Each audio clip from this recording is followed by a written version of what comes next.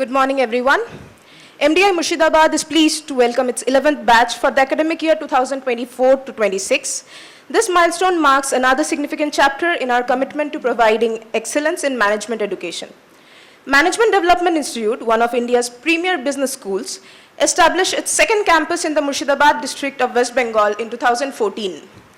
MDI Murshidabad launched its postgraduate program in management, which was commemorated in the presence of the then Honorable President of India, late Shri Pranav Mukherjee, with an inspiring address by him to our first batch of PGPM students on the 24th of August 2014. As the sister campus of MDI Gurgaon, MDI Murshidabad has gained a number of honors and recognitions, such as the leading position in the National HRD Network Survey of Emerging B Schools. The flagship PGDM program of the institute is accredited by the All India Council for Technical Education, that is the AICTE New Delhi, and has recently been accredited by NBA, that is the National Board for Accreditation for the academic years 2024 to 27, which signifies that the program outcomes of PGDM have met the stringent quality standards and ushers a new spirit into the academic and research environment of the institute. MDIM is committed to continuous innovation and is characterized by academic excellence. As we embark on this journey, we are excited to nurture and develop the skills and talents of the diverse cohort of young minds. Our comprehensive curriculum, distinguished faculty, and state-of-the-art facilities are all geared towards fostering innovation, leadership, and a global perspective. We look forward to supporting our new batch in achieving their academic and professional aspirations, contributing to their growth as future leaders in the business world. Our primary goal is to cultivate responsible leaders dedicated to forging sustainable alternatives. Before moving on, we request our respected Acting Director Sir, Dean Sir, and all faculty and staff members to light the lamp to illuminate our minds and hearts as we embark on this new journey together.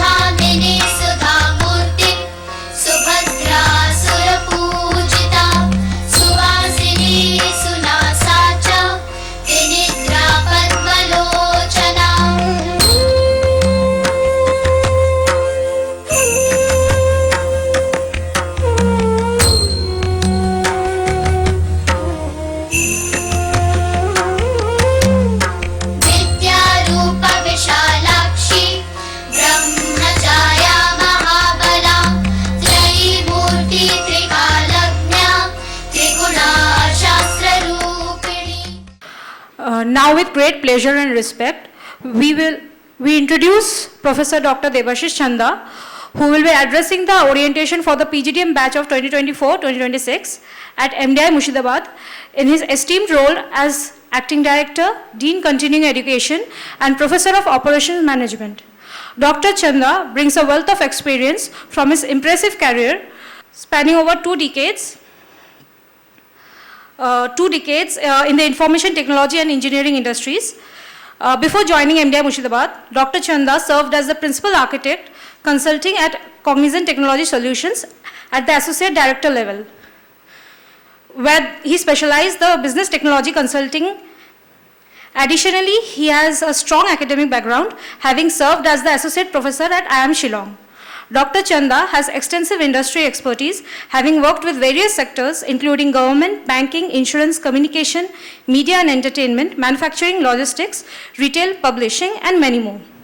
He has also conducted numerous management development programs for prominent corporations like the Hindustan Petroleum Corporation, Steel Authority of India, Voltas, JK Paper, and many such. His global business exposure includes continental Europe, USA, Middle East, and India. We are honored to have Dr. Chanda impart his vast expertise and insights guiding the new PGDM batch as they prepare their future endeavors. We now request Dr. Chanda to address the new batch. Thank you very much, Anvesha. Good morning. I hope you are happy to be here. There should be a resounding yes. I couldn't hear what you said. Yes, okay, thank you very much. So, at the outset, it is my pleasure and privilege to welcome the chief guest of this event, Mr. Sandeep Chatterjee, who is in a leadership role with IBM. Along with that, I also welcome Dr. Jay Namudri of Minecraft, and all of us are indeed extremely grateful and obliged that they have taken time out from a very, very busy Monday morning, and we all know, and as practitioners, I too have experienced how busy a Monday morning can be. So, on behalf of the Institute, at the very outset, I would like to thank both of them. And it is also my pleasure and privilege to, on behalf of the Institute, to welcome Dean Academic, Professor Piranchi Narayanswar, Chairperson PGDM, Professor Amrita Sengupta, all my esteemed colleagues to this event, and last but not the least, this event is meant for you, the students of the 24-26 batch, and with a very, very, I would say, depth of happiness from our hearts, we welcome you all to this event. Thank you for being here, and let's get started off. I don't have too much to speak, but I would say that this year marks a watershed year in the annals of MDI Murshidabad. It's because we started our journey in 2014, and therefore 2024 marks a decade of our existence, and the 11th batch marks the turn of the decade. And I would say that during this decade, we have gone through various ups and downs, and there have been times of certainty and uncertainty, and we have overcome the times of both. And at this juncture, I would say that we are well poised to take a leap forward. And therefore, it would be right here to mention that for the very first time in our existence, we have created a bar for the induction of you students to this institute. And as we go forward, I'm quite sure this bar will keep on going up and up, because we are looking ahead. We are looking to go up the value chain. And at this juncture, I would like to say that 2024 is also a watershed year, because it is during this year, after a decade of our existence, that we have got the accreditation from the National Board of Accreditation, that is NBA. Therefore, as we go forward, you are in an institute which is NBA accredited. So this is only the start of our accreditation journey, and you will observe, and you will also be a part of it, that as we go forward in the next 2 years, there will be many other initiatives which will happen from the institute's side. Not only that, coupled with the NBA accreditation, after many years, we have conducted a very, very successful convocation at Calcutta, and the chief guest of that event was the chairman of the MP Birla Group, and it was also attended by the chairman of the MDI Board of Governors, Mr. Rajneesh Kumar, along with other board members. So as we go forward, we will etch our own mark into the, I would say, the existence of business schools. And we will celebrate more such events like convocations as we go forward. Now, what I would like to mention is that just to give it a little break, in my own thoughts, I see you, I perceive you all as geniuses. And the reason being, I would like to take a quote from Napoleon the great French general, who mentioned, the mark of a genius lies in a person who does ordinary things when everyone around him or her is going mad. You see, what we expect is all of you to consistently do ordinary things, consistently, while there may be other people around you who might be losing their minds. And while I say this, you see, geniuses also would like to have, as they go forward after 2 years, their desire would be to be placed in good companies, good organizations. And in this regard, and you might be aware of the development, we have already initiated a process of having training and placement officers in our organization.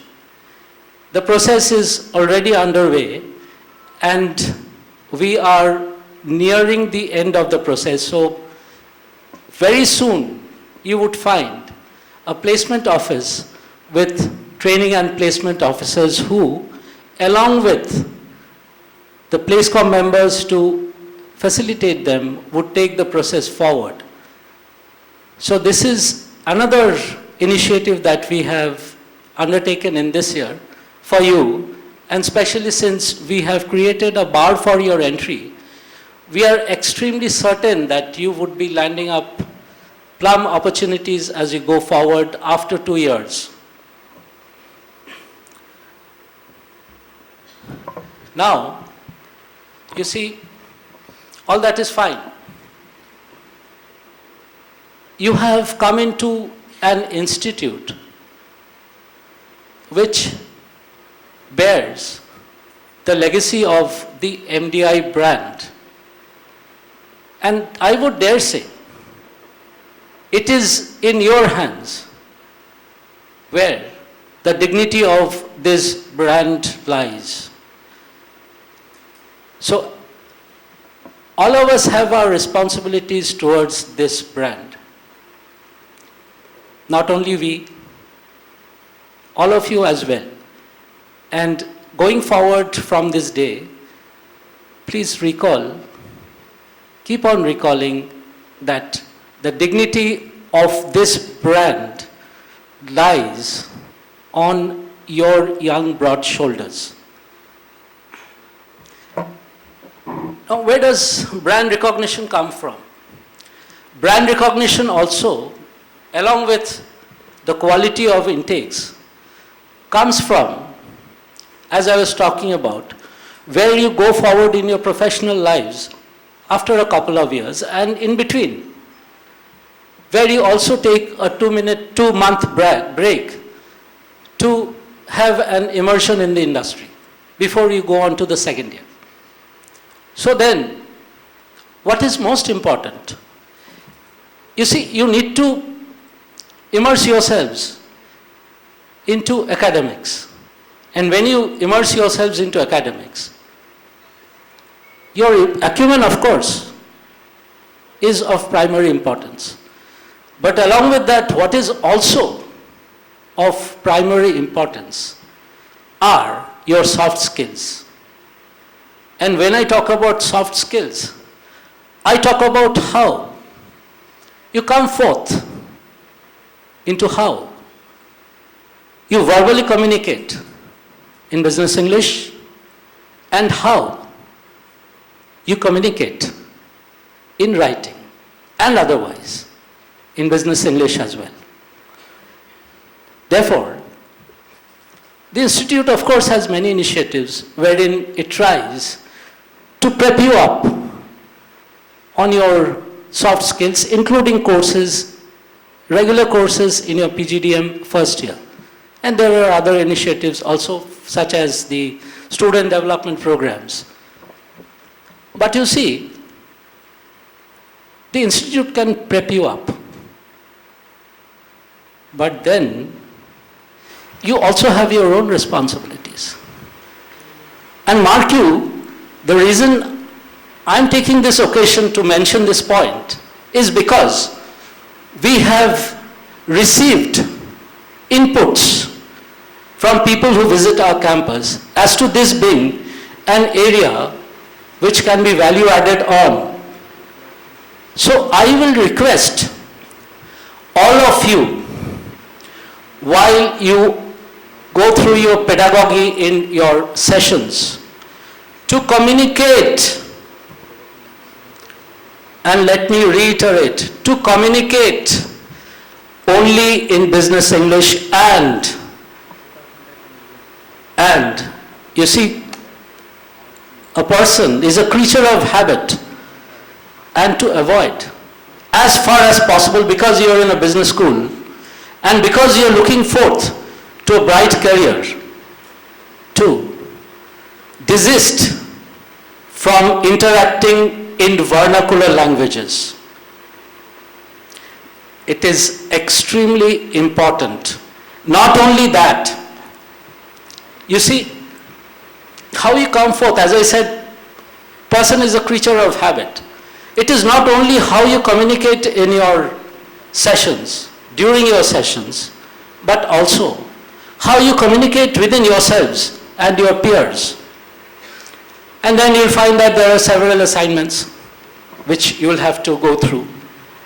And then you'll have to work in teams. And I would also say that if you have to become a creature, you have to transform yourselves into creatures of habit, then try and communicate in business English as far as possible, even when you are interacting with each other. Not only in teams, but also informally. Mind you, it will take you forward, and I say this from my 25 plus years of industry experience, which has transcended globally. So, now as you come into these greener pastures, and you would have observed that, and many of you would have come from various other parts of the country as well. The pastures are indeed green. Now the industry, as it looks forward from professionals from these green pastures looks towards budding professionals, and our responsibility is, and your responsibility is, to transform yourselves into industry-ready professionals in the next 2 years, because there is a paradigm shift as you come from undergraduate education and as you go on to postgraduate education, especially business school education, that you transform yourselves into industry-ready professionals. How do you do that? So, the best way of doing that is to be parts of various clubs and committees. Do your best. Help each other as you help yourselves. Because while you are in your clubs and committees, you'll be having interaction with various peers. And we all know that none of us is perfect. Everyone has pluses, everyone has minuses. So as we help ourselves, it is not about myself only. It is not about the individual. Mark you, it is not about the individual. It's about all of us. So as you help yourself, try, put across your hand and pull the person who is to your left and to your right forward along with you. As Denzel Washington, the great Hollywood protagonist, has mentioned in one of his stirring addresses, and to graduates like you, he says, don't fall backward. Don't fall backward. Fall forward.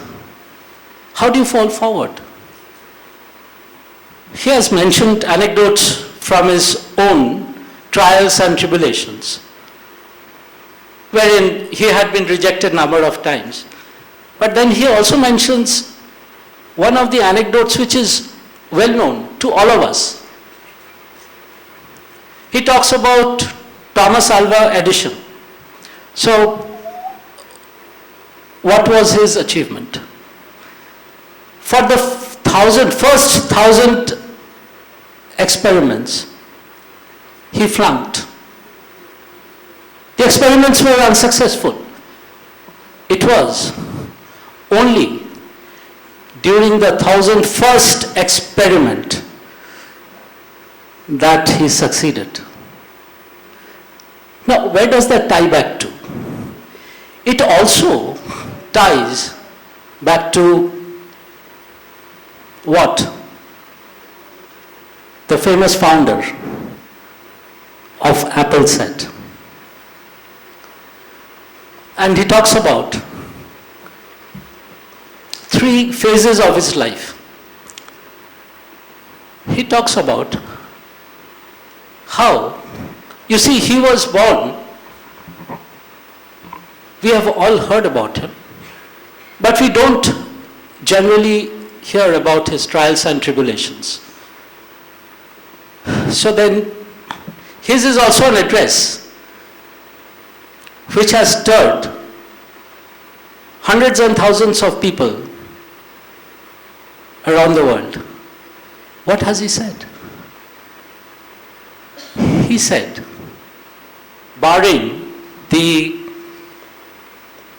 his background, where he was born to an unwed mother, and so she had to give him up to parents who adopted him. The only demand she had was that they must send him to formal college education. So they sent him to Harvard, and he realized that even while he was at Harvard, there are certain calls that he has to follow. Now, what Thomas Alva Edison did, he also did the same. He followed the call of his passions. He dropped out of certain courses and then he got into a course that hardly people in business schools get into. He got into a course on calligraphy. And so calligraphy, and then what happened was, a decade after he got into that course on calligraphy, and what was he doing? He was only following his passion. The calligraphy course that he undertook gave rise to the fonts in the Macintosh computer, and then in the fonts that are very well known today in Microsoft Windows. Not only that, you see, his has been a journey of ups and downs. And I mention his journey because all of us will go through ups and downs. All of us will go through ups and downs. And we'll go through more ups and downs if we take risks. If we don't take risks, then we would not know what we were capable of. Please listen carefully. We'll all go through ups and downs. Either there will be a straight path forward, which is very unlikely in our lives because future is always uncertain, especially in days today and days to come. Therefore, it will make sense to take risks, and that's what he mentions. His entire life was etched with risks. And so what happened to him? He was fired from Apple. The founder of Apple was fired from Apple. You might be knowing. And he was fired by whom? By the chief executive he had himself hired. So the chief executive convinced the board of Apple and got him fired. But he had his own passions. And he got into stuff like animation. He founded companies, and then these companies were again taken over by Apple. And then he got back into Apple. So that's another journey that he talks about. But the crux is, he stuck to his passion. Passion. The same that all these great people say, including the famous protagonist from Hollywood, Denzel Washington, don't fall backward. Always fall forward. Fall forward if you have to fall. Don't fall backward. So, and therefore I would say that, you see, as you undertake this most important journey in your personal lives, professional lives, because you are at an inflection point, what would also matter is the amount of quantum of dedication and discipline that you bring forward, because dedication and discipline relate to what we know as consistency.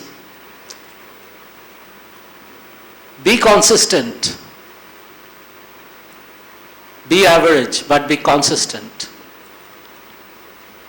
Day in and day out.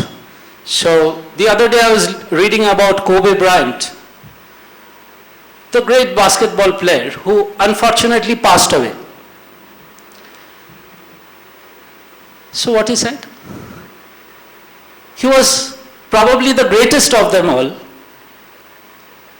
So he says, when did he take a call about his career in basketball? It was when he was only 13 years old. Only 13. And he imagined. You see, imagination. You become what you imagine. He imagined. And of course, Imagine is also a great number by the great John Lennon. So he imagined that going forward, he is going to become the greatest of them all. So it is not only imagination.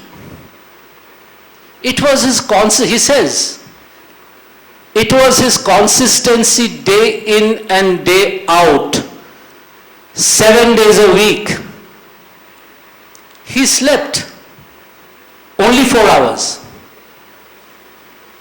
If you get a chance, read about Kobe Bryant. His imagination, his consistency, and his conviction, his passion, where they took him. And he also says, one additional, I would say, prowess he had was the prowess of observation. And we have all heard about. You see, it all ties. Everybody is not going forward in isolation. It also ties to what the great fictional detective Sherlock Holmes mentions, the creation of Sir Arthur Conan Doyle. Sherlock Holmes says, all of us know what exists. All of us know what exists, but it is only some who observe. Others don't observe. So, observe the obvious. Sometimes there is an elephant in the room and you would not know that the elephant is there in the room. Observe what is obvious. What Kobe Bryant said, because he has passed away. And what Sherlock Holmes also mentions. Observe. Now, yeah, I know I'm overshooting my time, but there are a few other stuff that I think is important to mention. Many of you would be unaware that's in the 1700s, and it is very well documented by the traveler William Dalrymple, that Murshidabad was probably the wealthiest destination in the world. William Dalrymple. The wealthiest destination in the world. And no wonder the East India Company landed up here, of all places. And they were merchants. Not merchants of Venice, but merchants like Jagat Seth, who had wealth which surpassed the wealth of the Bank of England in those days.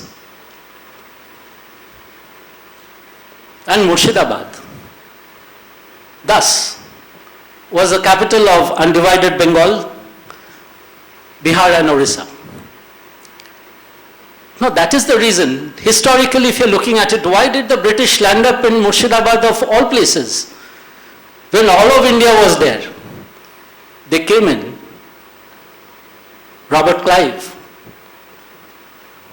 because they found this was the wealthiest place to come and pillage. And they landed in Plassey, which is about only 70 odd kilometers from here. It is only green fields now, nothing to show. And the great battle of Plassey was fought. And then it's a history of intrigue. Robert Clive, of course, came out trumps. Many reasons are there. I would not like to go into them, but there was a lot of intrigue. This is also a land of intrigue. You see, there have been numerous instances when people have been stabbed and stabbed in the back. Numerous times. Intrigue. And you would have heard about the Hazardwari Palace. The Hazardwari Palace is also one of intrigue. It doesn't have 1,000 doors. It has 900 false doors. You see, and when Robert Clive left India, he had amassed wealth through Murshidabad, which cannot be imagined. So that's about little bit about Murshidabad, but it is not only history in the historical sense, it's also history in the business sense. We talk about banking and we say that BFSI. I worked, quite frequently in the BFSI sector during my consulting days. BFSI, banking and insurance, has its roots, banking especially, in Murshidabad. Banking started in India, started with people like, merchants like Jagat Seth. And the first bank in India, the Imperial Bank of Bengal, which today is known as the State Bank of India, was set up in Bengal. So was the biggest insurance company in India, LIC, has its roots in Bengal, which you may not be aware. Because along with, it was not only a land of Anandamath, of Rishi Bankim Chandra, which talks about the famous Bande Mataram, the literary greatness, but it was also the business greatness which sowed the seeds of business into India. Of course, there will be declines, but William Dalrymple mentions times are always cyclical, and as the cycles are going around, it will be time for Murshidabad once again. Now, just to conclude, therefore, I go back to Steve Jobs. He talked about his earlier life. He talked about calligraphy. He talked about his passions. What did he conclude with? That very famous address of his. He concluded with the words, "Stay hungry and stay foolish." You need not be very clever. Do whatever you do consistently. Be average when everybody around you is going mad, as Napoleon the Great said. You stay hungry and stay foolish. Observe.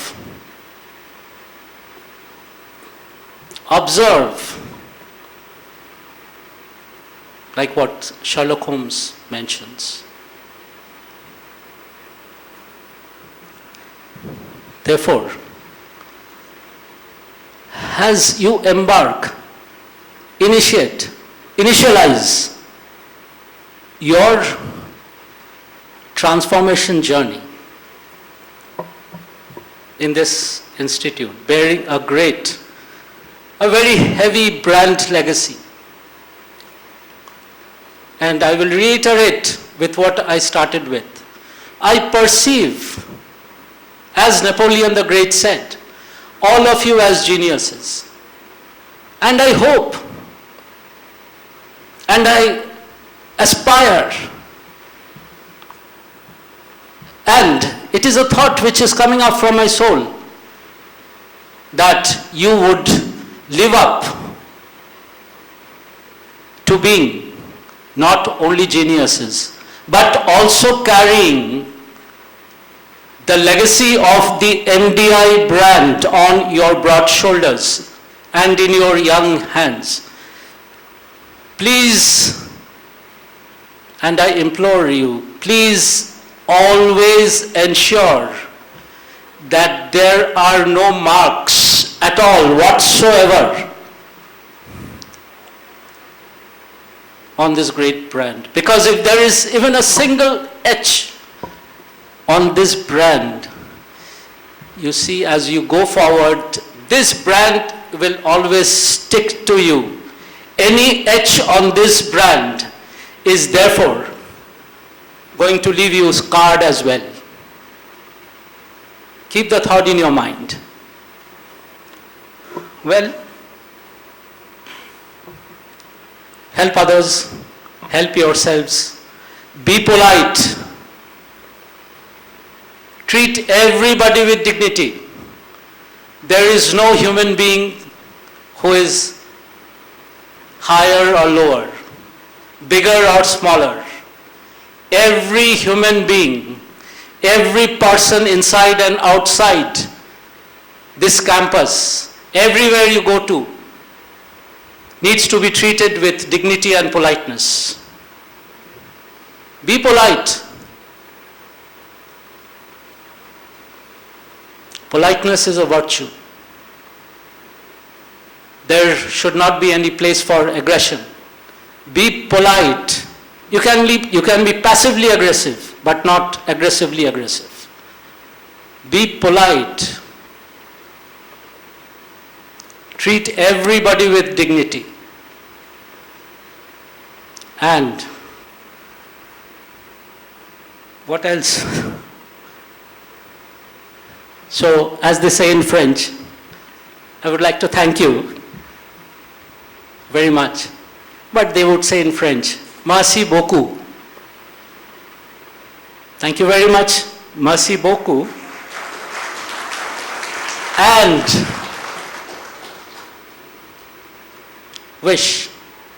my wish list. Transform yourselves into worthy individuals and professionals ready for the industry.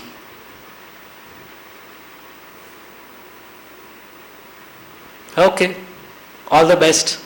Take care and enjoy your stay. Welcome again. Thank you. Thank you, sir. Your words of wisdom will help the young minds to observe more and aspire more.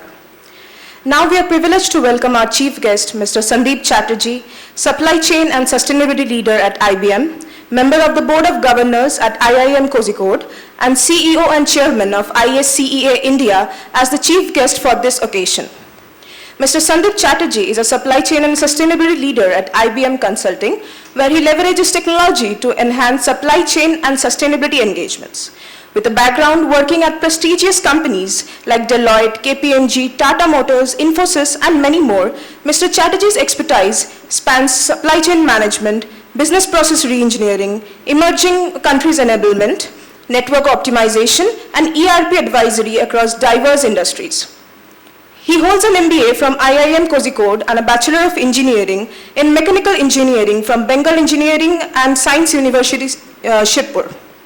Throughout his career, he has presented numerous papers at international conferences and authored supply chain cases for prestigious institutions such as IIM Kozhikode, IIM Mumbai, XLRI Jamshedpur, and IIT Bombay. Mr. Chatterjee is a board member at KARE School, Hyderabad, focusing on sustainable education for underprivileged learners, and serves on the board of governors at IIM Kozhikode. As CEO and chairman of ISCEA India and an international standards board, he is committed to raising a global supply chain awareness. Additionally, he is involved with startups and investment banks, teaches management students, participates in interview panels for management entries and corporate recruitment, and is a member of the MILE Leaders Excellence Group. Sir, the stage is yours. Thank you so much. I think very warm introduction, and I think I tell everybody I wish all our customers also treated us this way, but that's what life is. And I think after Professor Devashi Chandra's very inspiring speech, because I was also noting down a few points, I think this is something, of course, it gels very well with what I have been thinking, how my career has shifted. Now, when I think about the topic, again, I know we have limited time, but what I will do is I will try to talk about how you can integrate sustainability into supply chain. Again, two very big topics. We'll try to create something within this limited span, but I will try to make it more interesting.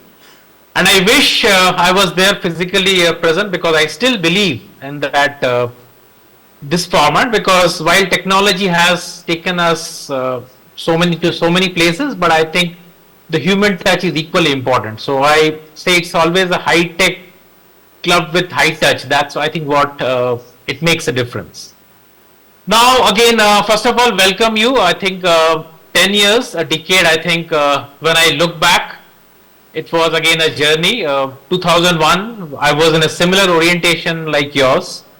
In a Kozhikode, we had still had a trouble pronouncing it Kozhikode, Calicut. So finally, I think over the years, we learned our ways, and those days, airfares were very expensive. So from Kolkata, it was always a 42-hour train journey, and to a state where everything was cooked in coconut oil, and for a batch which was about 60 in strength, having people from different parts of India, it was difficult for us to really look at coconut oil as the oil which is being used for.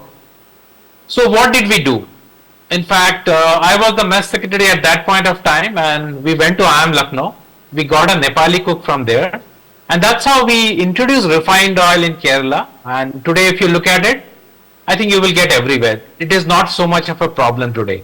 So what I'm trying to say is, there are things where things have been done in such a way, but it's very important that you start challenging the assumptions. Just because it has been done in a certain way doesn't mean that that's the best way to. Now, moving forward, let me just talk about supply chain. I know for an orientation batch, I don't want to get into jargons. I don't want to get into something very, because there are better people than me who can teach you supply chain. But what I wanted to say is, the way I define supply chain is, whatever you do to fulfill a demand. A demand can be a product or a service, and when I look at supply chain, it starts from your supplier's supplier, it goes into your manufacturing, it goes into your logistics, it goes into your sales, it looks at your after sales service, it's everywhere. And a lot of people think that supply chain is procurement, supply chain is logistics, supply chain is customer service. It's only one part of it.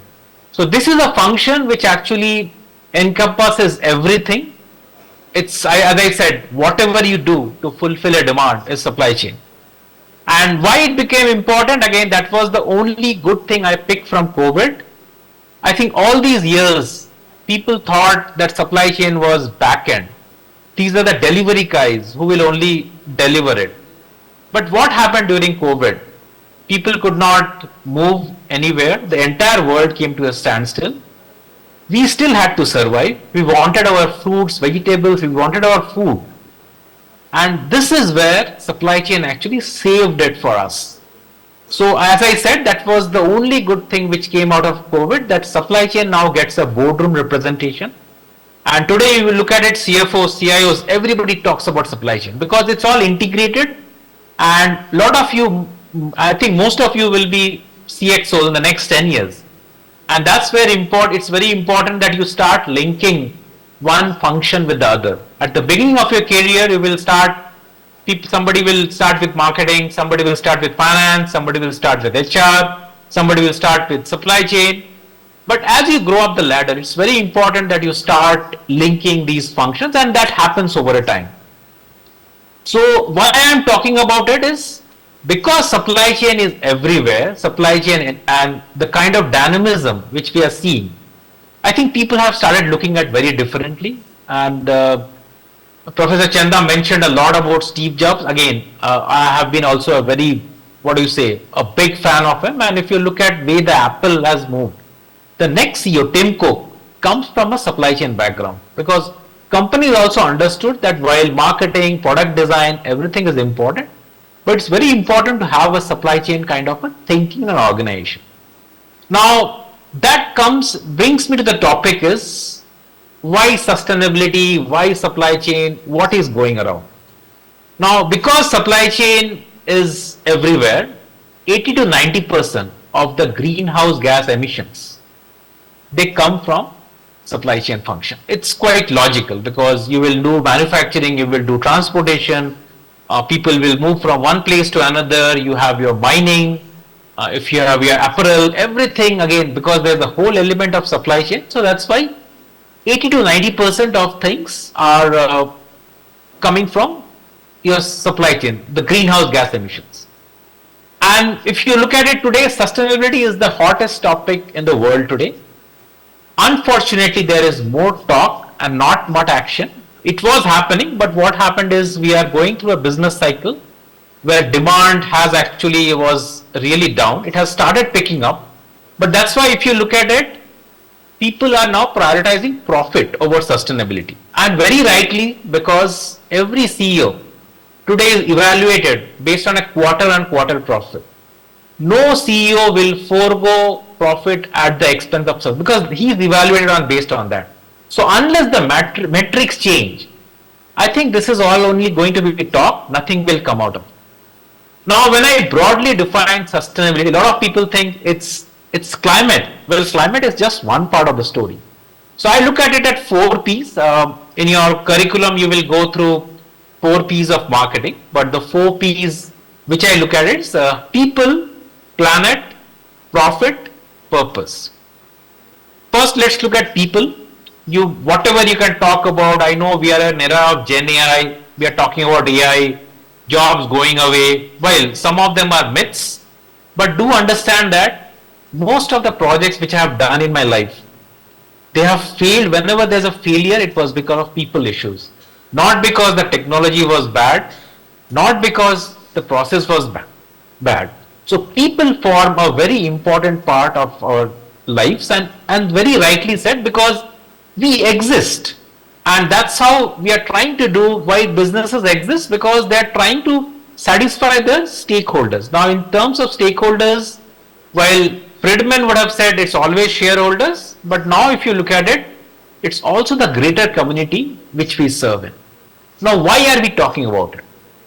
Now, if you look at Coke as a company, to produce 1.5 liters of Coke, you need 3 liters of water. So 50% of water you are wasting.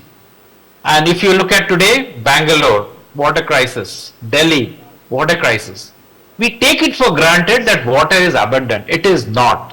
While the earth may have 70% of water, but it's all saline water, and technology is very difficult. It actually converts saline water to fresh. So that's why it's very, very important that we conserve water, because the fact that we are not paying for it, we think it's abundant. It is not. And that's coming back to the Coke example. So in Kerala, if you look at it, there was an activism, and finally they actually closed down the Coke plant. So for a supply chain professional, it's definitely, if we can look at something, can we produce Coke with less water? Of course, Coke is never a healthy drink. The kind of sugar which you have, it actually affects our body. That's a different story altogether. But what I'm trying to say is the kind of can we do more with less? Can we use less water when we produce food? So this is where, as a business professional, it's your responsibility. The second example which I give, I started my career with Tata Motors in 1998 as a graduate engineer trainee, and I was part of the Indica project. Now, Indica might not have been a successful car, but what it did, it changed the entire ecosystem, because the fact that you can get a car at 2.5 lakh rupees, I think people never thought of it, because those days Ambassador, Maruti, then Premier Padmini, they were all above 3.5 lakhs. But how did we do it? Can you really do it? What we did is, Nissan Australia had an assembly line in there. So we actually imported the second-hand assembly line of Nissan Australia. We refurbished it, and that's from where the Indica car was rolled out. I think great design, great technology, but there were certain challenges because the car was too noisy. It really did not pick up well. But what it did is, this is a company which was looking at sustainability, and if you look at a Tata Group, it's always there in ethos. They always do something for the community. If you look at the city of Jamshedpur, the roads, the schools, everything is maintained by that, because that's the philosophy of this, and this is why they are such a respected group and they are still existing for so many years. Then if you look at cement as a business, typically when you look at cement, again, limestone is the prime raw material. And for limestone, you need to go to the mines, you need to have a whole process around mining. The problem is mines actually emit the maximum greenhouse gas emissions. So while we are talking about green cement nowadays, cement companies were already doing it.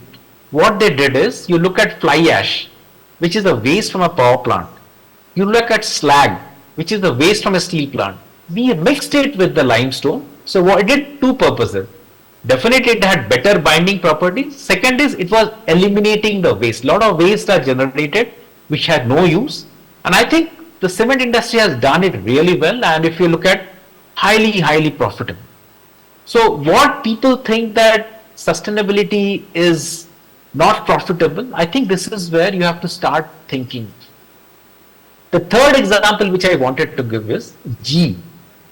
Now, if you look at the ECG machines in US, they had those big bulky machines, and they're not portable.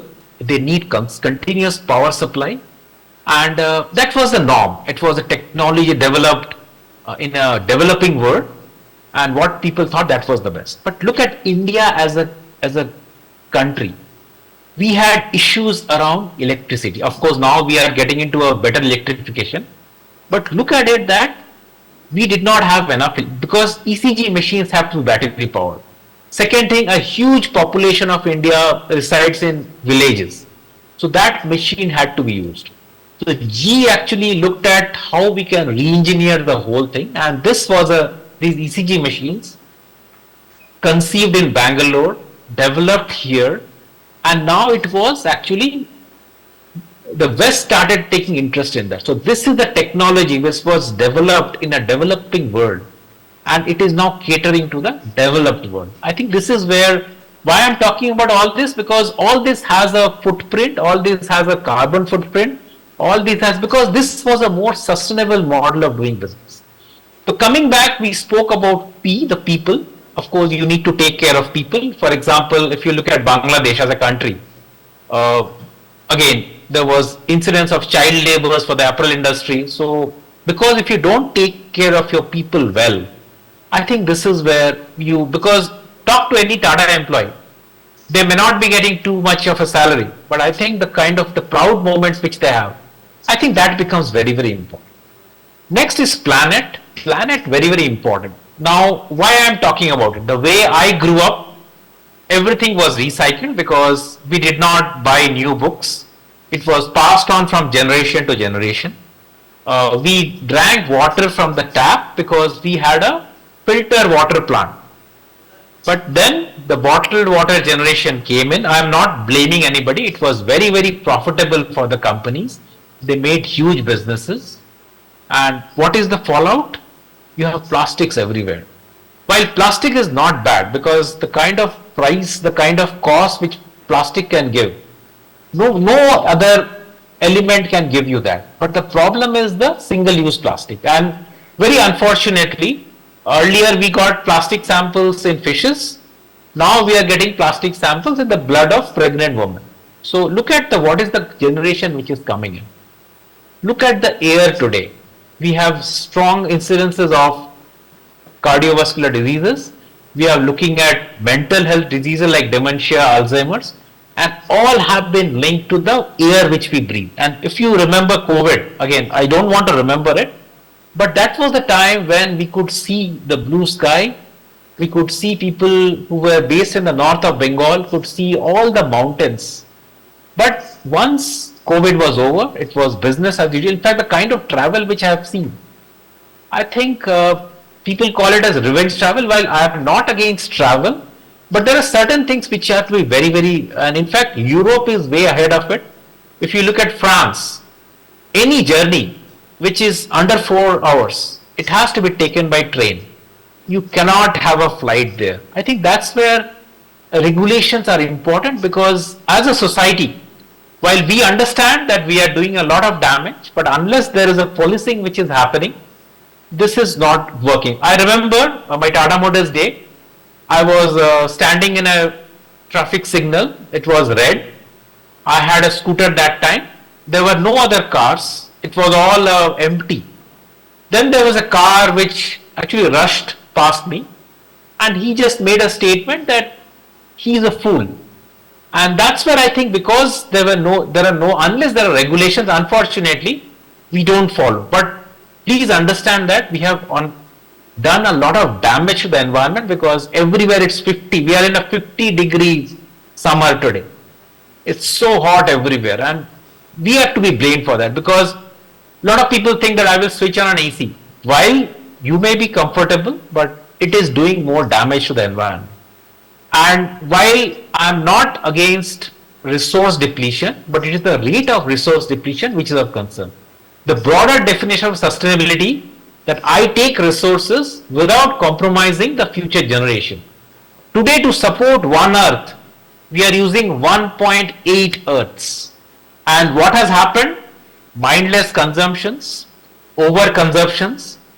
It is good for the companies. Companies have made a lot of profit. And to give you a statistics, in UK alone, I am not pointing out UK because they have documented it. The kind of clothes which UK has bought, it is enough for 6 generations. 6 generations. Do we actually need so many clothes? Because fast fashion has been notorious. While we buy, that's fine. People have money, there's no problem with consumption. But the problem is, what do we do with the used clothes? They're getting into landfills. They're actually damaging more. And a lot of us, I think, a lot of countries, a lot of companies have made bold targets that we will be net zero by such. But those claims need to be backed up by something. While a lot of people will say that, now you will hear this term called global north and global south. Global north is nothing but the developed countries. Global and south are the developing countries. Now the global north have already used so many resources over the years to be in that stage. It is not fair that you are now asking global south because they also need those number of years to actually get to that level. So while the world is trying to look at piecemeal solutions, it is not going to work because the world has to come together. If you look at Europe, they started that cross-border adjustment mechanism. Any imports into Europe has to follow these emission norms. While it may look fantastic, but think about the small and medium enterprises in India. 45% of exports are from this sector. And I'm saying sustainability is expensive. You need to invest. Where will they have the money? So while Europe can actually put a regulation around that, tomorrow India can also say that we will put a regulation. The fact that we are trying to get into a piecemeal kind of a solution, this is not going to work. It actually, that is where it's very important. I know we had COP27, we had COP28.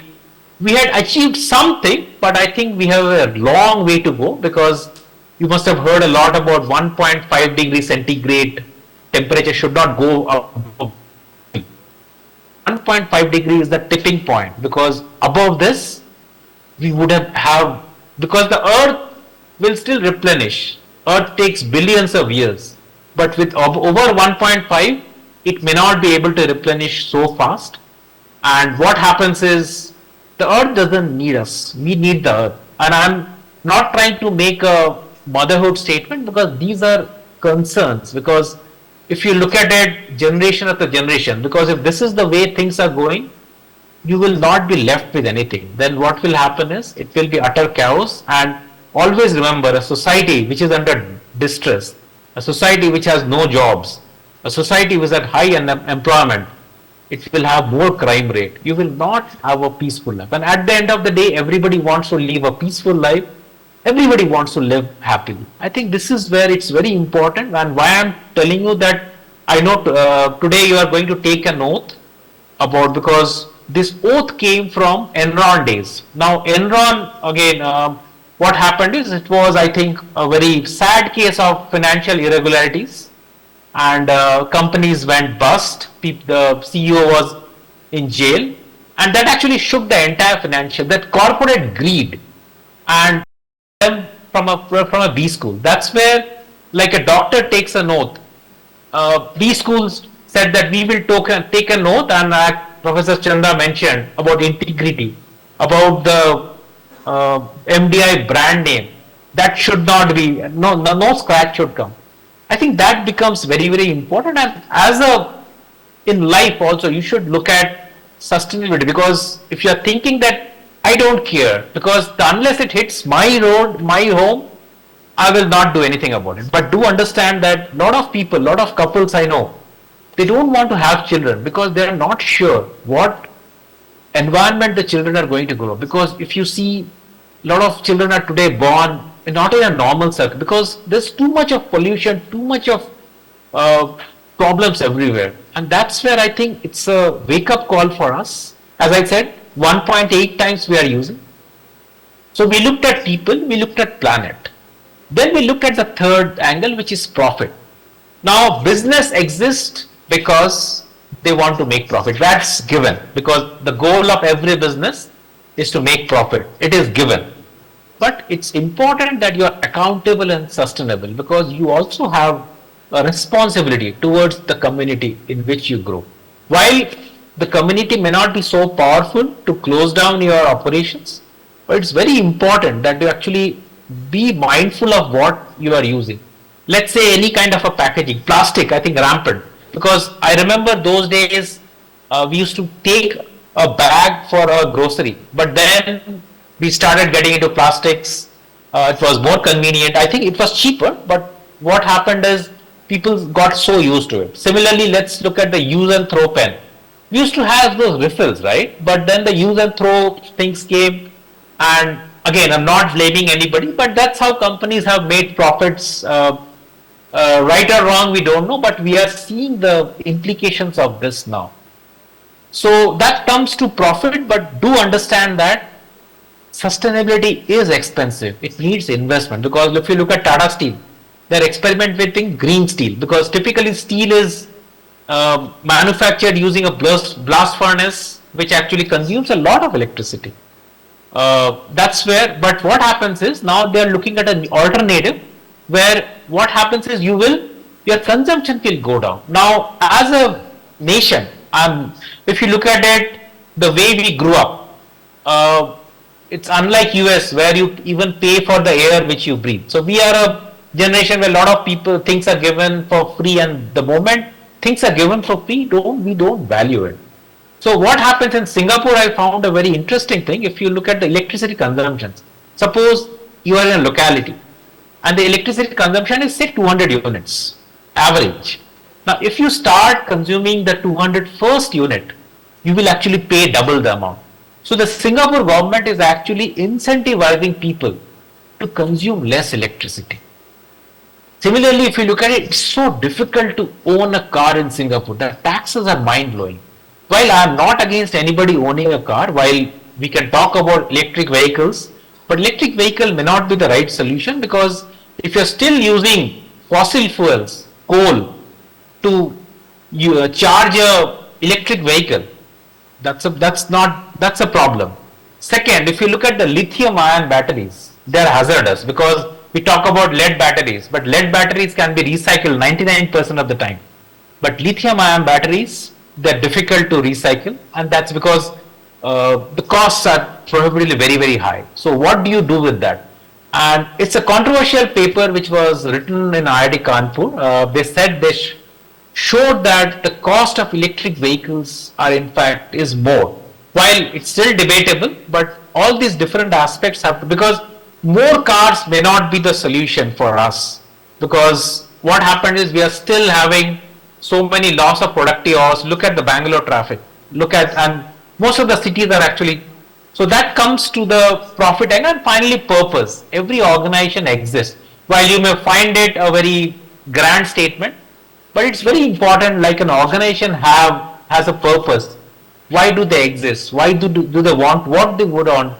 Similar as the individuals, it's important to have a purpose in life. Like what Professor Chanda mentioned about passion. I think I link it with that because you exist because we all have limited time in this planet. And what I say is do something, as I said, maybe ordinary things continuously. If you are consistent, I think you have reached it. In fact, if you look at outliers, what they say is if you have practiced something for 10,000 hours, you are a master in that. I think this is where it's important. Coming back, let's look at supply chain. Again, very notorious, challenging our assumptions. Simple example, if I have to move my goods from say Trivandrum to Ahmedabad, a lot of people say that we will move it by road. But roads is the most inefficient way of transporting. Because first of all, it's too polluting, it's expensive. Next, coming to railways. While railways fantastic, but you are at the mercy of Indian Railways because Indian Railways has limited rakes. You will not get it always. But if you look at it, there's a huge coastal line and it's 1/6 the cost of what it will take you. The fact that we never challenge the assumption that we can use the coastal line to move because it's all about, if you look at the logistics policy which was unfurled, it's multimodal, right? It's a mix of rail, road and air cargo. We think air cargo is expensive. No.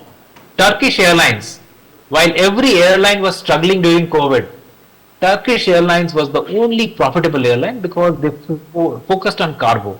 I think this is very, very important that we start challenging the assumptions, the way, just because things have been doing that way, why it cannot be done in a different way.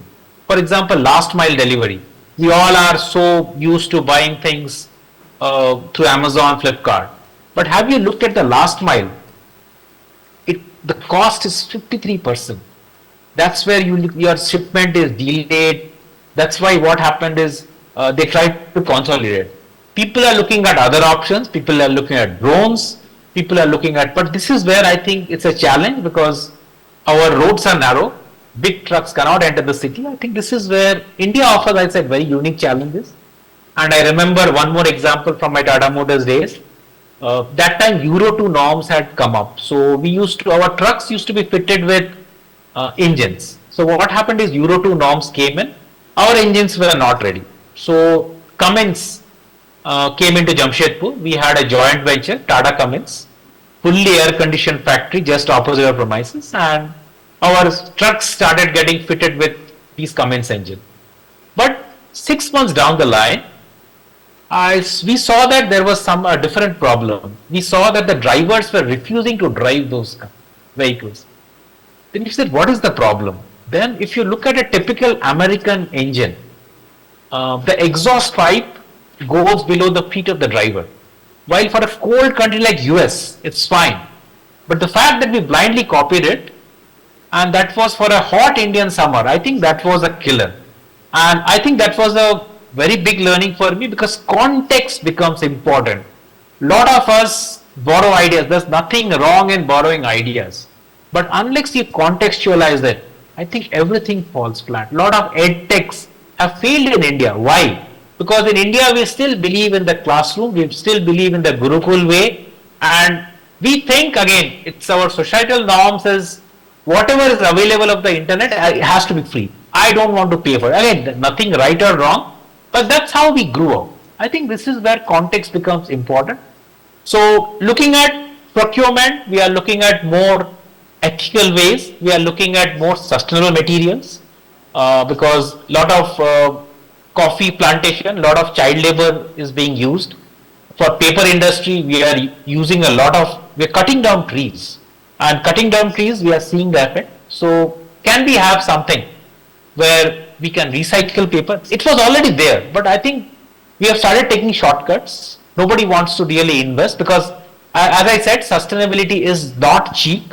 But only thing is, as a society, as a community, as the world, we still need to reward companies which are sustainable, which are actually introducing this. Because this is what the earth needs today. Because as I said, we need the earth. Earth doesn't need us. Earth will take billions of years to replenish itself. But what happens is with this kind of lifestyle, this kind of air pollution, this kind of exploitation, this kind of unemployment, this kind of crime rate, I think humanity will not exist. So I think these are the few things I just want to talk about. Now we can go on and on. We will hear a lot about carbon accounting, net zero. I think I know this is your first day. Maybe I do not want to really bombard you with too many things. But as a thing is, again, you need to internalize it.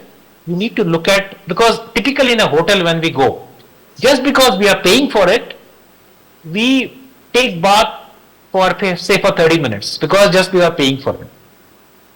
That's the where I think that's a mindset change, because while it is not hitting my home today, but tomorrow it is going to hit. We are in a very dangerous zone today, and you all are going to be the budding CEOs in the next 10 years. So you will be accountable. More regulations are coming in, and while India, we are still not there. If you look at Europe, way ahead of everyone, these things are going to come. And as I say, whatever function, whatever you choose to do in life, sustainability will be a central focus of your life. So what I said is, I say look at it as a mindset, because these are not what I say rocket science. You don't need a really very sophisticated solution. These are simple. If you make these lifestyle changes, I think you will be able to do it. So with this, I think I will stop here. So again, thank you so much for inviting me, and I welcome the 11th batch. I'm sure you will have a great 2 years, because MDI is a great brand, and a lot of you may be thinking that maybe I could have got into a better B school. Well, I also had that feeling when I went to Kozhikode. But if you look at it, it irons out after 3 years. Maybe you will live your degree for the first 3 years, but after that, how much of effort? Because there is no shortcut in life. You think that just because I have an MBA degree, just because I am an MDI, somebody will hire me. It's not going to happen. We all have to go through the grind. Yes, it gives an edge, because you will be given a collective wisdom of so many years in these 2 years. That gives you an edge. But do understand is, you still have to go through the grind, because as a supply chain professional, it doesn't happen behind a laptop. It doesn't happen inside an AC room. Supply chain guys are always on the move. And maybe this is my last example. If you look at Subuna Poultry, they were my client for a year, and a very interesting story.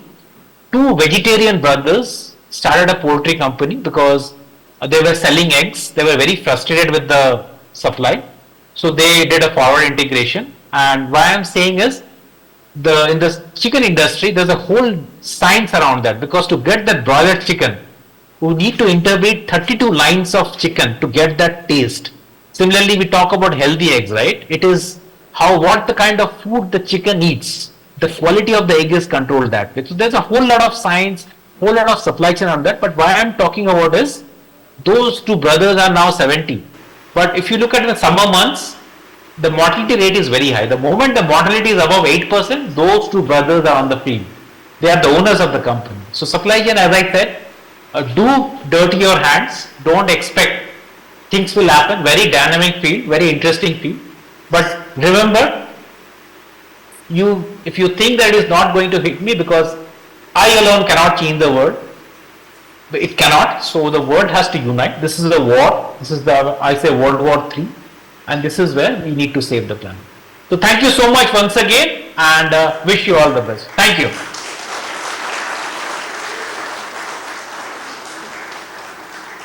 today's world where sustainability is a major requirement, your insights on how different industries incorporate sustainability in their supply chain will help enrich our future leaders. On this note, we will take a short break for some refreshments. It has been arranged in the ground floor near the library. The students are requested to be back by 11:55 sharp. Thank you. So good afternoon, everyone. I think we have come back in a jest. So now I'm going to restart the session by introducing our Dean Academic, Dr. Biranji Narayan sir. So it is our privilege to introduce you. The Dean Academic of MDI Murshidabad, Dr. Biranji, is a distinguished academician with a rich teaching, research and industry experience spanning over 18 years. His expertise lies in various areas of marketing, including marketing of services, sales and distribution management, customer relationship management, product and brand management, and marketing analytics and intelligence. Dr. Biranji's research portfolio is equally impressive, with over 30 research papers published in Scopus and ABDC listed journals and numerous presentations at prestigious conferences, including those organized by IIMs. Dr. Biranji has received numerous awards for his contribution to research and has been a reviewer and editorial board member for various peer-reviewed journals. He is actively involved with professional bodies such as AIMS International and the Academy of Marketing USA. His practical insights and expertise have benefited numerous corporations through management development programs, executive development programs, and consultancy projects for esteemed companies like ISCL, HUL, Sony, Bosch, Oyo, Birla Tyres, and many such. So we are honored to have you and inspire the new PGDM batch as they embark on their academic journey. We now request Dr. Biranji sir to address the new batch. Thank you, Anyusha and Nandini. So, good afternoon, all of you. Respected Acting Director Sir, Dr. Debashish Chanda, PGPM Chairperson, Dr. Amita Sengupta, my fellow faculty colleagues, non-faculty members, and dear students. It is indeed a great pleasure on our part to welcome all of you to this wonderful day for which you are waiting for last 2-3 days inside the campus for this particular program. And the day is for you who have organized this such orientation program, because it is a customary for any institute like MDI Murshidabad to have oriented or inducted towards the day-to-day activities you are going to be a part of it down the line. So at the outset, wholeheartedly I welcome each one of you to this particular program, which is going to be continued till 28th of this month. So as far as this day is concerned, everyone could recall, I can also recall my college days. If somebody will give me a chance to go back to that particular day and recall, I will be fortunate enough to select that particular day and go back again. But that is the importance of these days. Wherever you go, you will not forget this particular day in your life. Wherever you go, whether you will be in Chennai, Mumbai or Dubai, wherever you go, our network follows. So the network is MDI. So on this particular day, there are two things which I want to convey each one of you, those who are here, particularly for the PGDM batch 2024 and 26. One thing you always take with you is, you never forget your school days. Similarly, you don't want to forget your college days, and typically when you completed your BE, BTech or passing through a competitive exam like CAT or any other competitive examinations, then came to such a B school where you want to learn, and preferably after learning you will be earning. So learning to earning, this is a process of learning to earning, which you will go to different corporate and work there. So if you talk about, the students like you, there may be two kind of students I can see among you. Maybe by 2026, when you will be passing out from this institute, some of you will be ended up being an entrepreneur, or many of you will be ended up getting a job somewhere and working with corporates. That means one way a larger group of students will be job seekers, and maybe a few group of students, those who will be looking for starting their own venture. In that sense, many students, must be thinking that, okay, I will get a job from here, I will work somewhere, then probably after 5 years down the line, I will have my own business. That may be also one of the things you must be looking at. So the people those are looking for a job, where you will be working in a service sector, right? And when you're talking about the service sector of Indian economy as a whole, I can give you a brief background of it, which may help you to see that why you are here, what you want to do down the line, and why somebody will be selecting the service sector to work maybe in the coming time.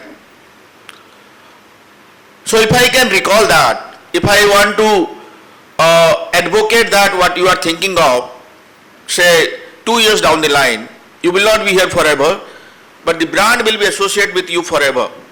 That is Management Development Institute. So what I can recall is, if I can give you a glimpse of Indian economy, how big is Indian economy? So normally when you talk about an economy, you talk about the GDP, right? Gross Domestic Product. So when somebody asks you how big is Indian economy, it is a $4 trillion US, right? It can be seen from two different perspectives. One is as per purchasing power parity, and other one is, guys, if you can, somebody can help me out from the audience. The other one is from the nominal perspective, right? So the GDP can be seen from two ways. One is from the purchasing power parity, that is PPP. Other one is from the nominal. So if you see from the nominal perspective, the Indian GDP is around $4 trillion US. And with respect to purchasing power parity, it is around 14 trillion US dollar. And we rank third with respect to PPP, and we rank fifth with respect to nominal. What does it mean? That means we have to go a long way. And the long way means with your contribution, my contributions, everyone's contribution. So if you select a platform like service sector, whether it is a telecom, hotel, hospitality, or any other, maybe retail, banking, right? That it means you are going to contribute towards the GDP of the economy, that is Indian economy. So service sector is the largest contributor towards what? This GDP I am talking about. So there are three sectors which contribute to the Indian GDP. The first one is agriculture. The second one is industry or the manufacturing. And the third one is the service economy. If you talk about UK and US, the service economy contribute the highest. And if you talk about the global average, can anyone tell me what is the global average of the GDP when it comes to service sector towards global economy? It is around 65%. But Indian economy, the contribution from services is only 54%. That 10% gap, probably you will see maybe by 2035 or 2040, when you will, a country which is moving from a UDC to a developing country, then from developing to a developed nation. So the differentiator is, what is your contribution towards GDP from services? If you look at since independence, 1947, the value of rupee was stronger than dollar. Slowly you see that the value of dollar is become stronger than rupee. And similarly, when you look at the Indian economy with respect to three sectors, in the very beginning days, the contribution from agriculture is the highest and followed by industry and service. But today, it is just reverse. It is service, industry and agriculture. There was a time people talk about there is only one culture in Indian economy and that is agriculture. But now that is not the thing. We have moved forward. People, those who are here looking for a job, down the line, they will be the great contributor. At the same time, those who will become the entrepreneur also, they will also contributing, and people can become like Ajim Premji, Anand Burman, Brij Mohanlal Munjal, R&T, Birla, Anil Dhirubhai Ambani or Mukesh Ambani, or right? So, what I try to communicate to all of you is, whether you choose to become a job seeker or a job provider, at the end of the day you are contributing to the economy. And this is how today you are here and looking for a dream that where I will be 5 years down the line. And I am pretty sure with this association with MDI Murshidabad, you will be in a very nice place. But the kind of job you will be doing may be a little bit of, require the frontline management, but that is not the end of life. So, getting a job, whether in a service economy, down the line we are going to be maybe contributing to the fullest to the global economy at large. But nonetheless, we all are here to help each other and to develop a network. Because many a time people say, your network is your net worth.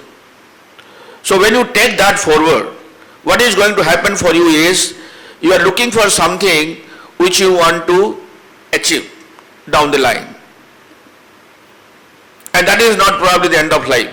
That is the beginning of life. So as a marketing professor, I always believe relationship which matters a lot. So guys, today we are here by keeping apart your study, and because you all know that being a PGDM student, whether you are in IM or MDI or any other platform, your study hours is not limited to 8 or 10 hours. I have seen in some of the IMs, the classes are being conducted midnight because somebody has to address you from US. And you have to be ready with a case study of 40 pages from Harvard and addressed to the queries which are there at the end of the case. So your life will be full of case studies, assignments and other stuffs, but at the same time you should also take care of your health. So health is very, very important, and as a marketing professor and while addressing to a batch like you, I must say that relationship which matters a lot. Today you are here, maybe some of you may be knowing each other, and I surprised to see that you have a very good network among yourself. Many of you know each other. That seems when I was looking at you and not talking to you, but when you talk with other colleagues, those who are very new to this campus, that is 24-26 batch. That is a good thing. So what you can do is believe in creating relationship that will last for longer. And when you develop a relationship, nurture that relationship and see that it will go a long way. And by keeping in view that one, I welcome all of you to this particular temple of learning, that is MDI Murshidabad. And I wish you all the very best in your future endeavor, and hope that we will have a very good, healthy relationship down the line, and you will have a nice career ahead. Thank you so much.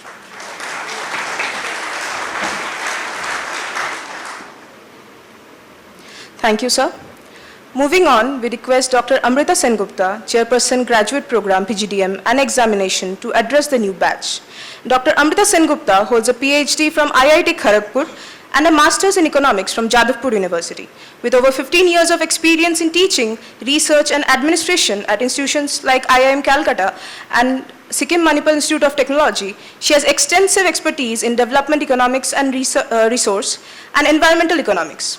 Dr. Sengupta has worked on projects funded by Sterling University and the World Bank. She has held various roles, such as the Board of Studies Member Examinations Chair and Internal Auditor of ISO, and has guided research students. Her contributions include numerous publications in peer-reviewed journals, books, and conference proceedings.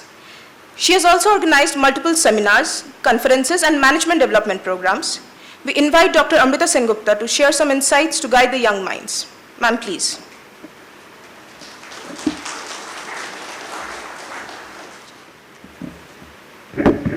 Yes, hello students. So 2024-26 batch of 2024-26. So I would ask you a simple question. How many of you, those who feel you are here, please shout out and say yes. Let me see. Are you here? That is the spirit we want. And it is not the spirit that today at the start of the orientation program that we require.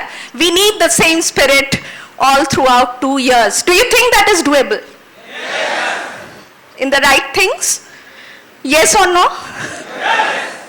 Hopefully, I'll keep on asking you now and then if the same spirit is there. Because, there are times when you are going to feel things are stagnant. There are times when there will be struggles. There will be times when it will not be easy.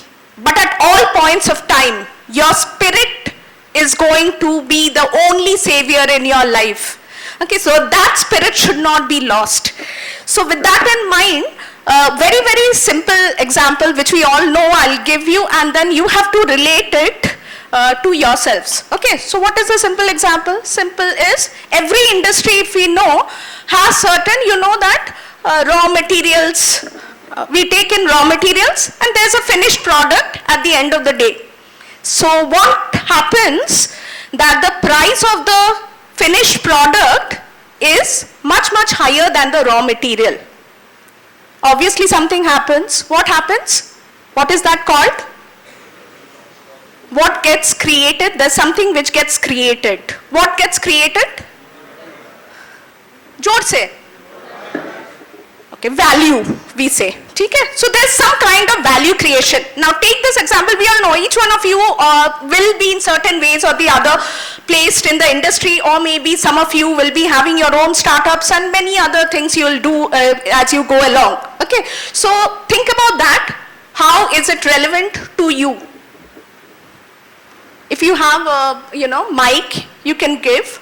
How is this related to you? Anybody? Is this related to you, first of all? Yes or no? You can speak out. Speak out loud. Do not be afraid. The first thing of growing is not being afraid. Anybody? नहीं किसी को कुछ समझ नहीं आया. Raw material है. At the end there's a finished product and there is a lot of value addition or value that is getting created. How is it related to you? Yes. Okay, बोलो. yes.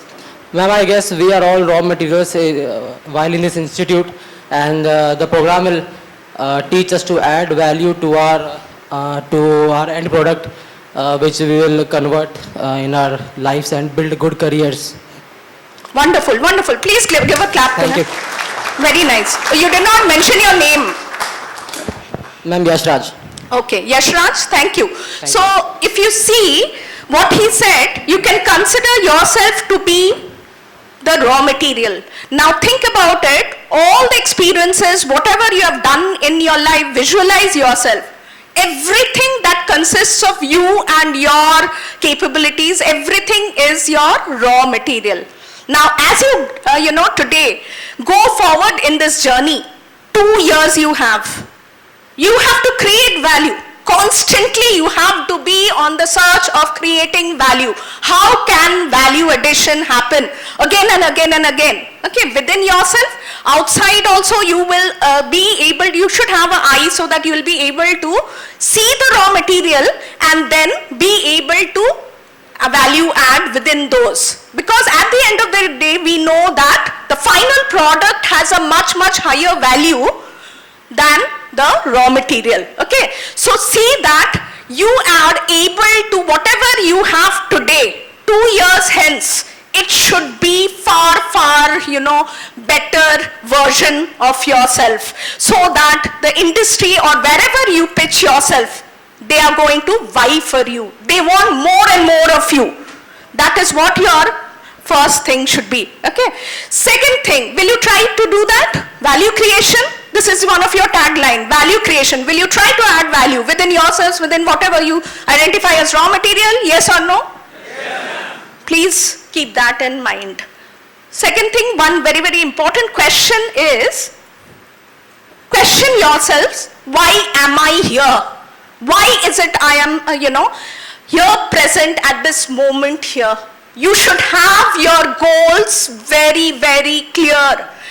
How many of you have that clarity within you where you can answer this question just now? Why am I here? Please raise your hand. Why am I here? How many of you are clear? Please raise your hand. We are seeing a few hands raised. That means there is still a lot to identify within yourself. Okay, so identify those things, why you think you are here, because that is the sole thing that will save you at every difficult point of time. You are going to face challenges. Lot of times you will be bogged down in work, bogged down in not only academic assignments but outside, because all your learning is not just going to be there inside your classroom. There's a lot of learning and lot of things you will learn outside the classroom. If you do, opt for it. If you do not, say I love gaming, so whole day I can, keep on gaming and gaming and gaming. So that would be lack of discipline. And I'm not utilizing or value adding much. I can keep a certain, portion of my time. If I get that spare time, then only I should use it. Okay. So remember that whenever you feel difficulty, whenever you feel you're not able to cope up with something, question yourself. Why am I here? And the answer should be clear. So the answer should be clear by the end of this orientation program, why you are here trying to pursue this particular course. Because this is a course which, it depends how much you're going to gain. Everything depends on you at the end.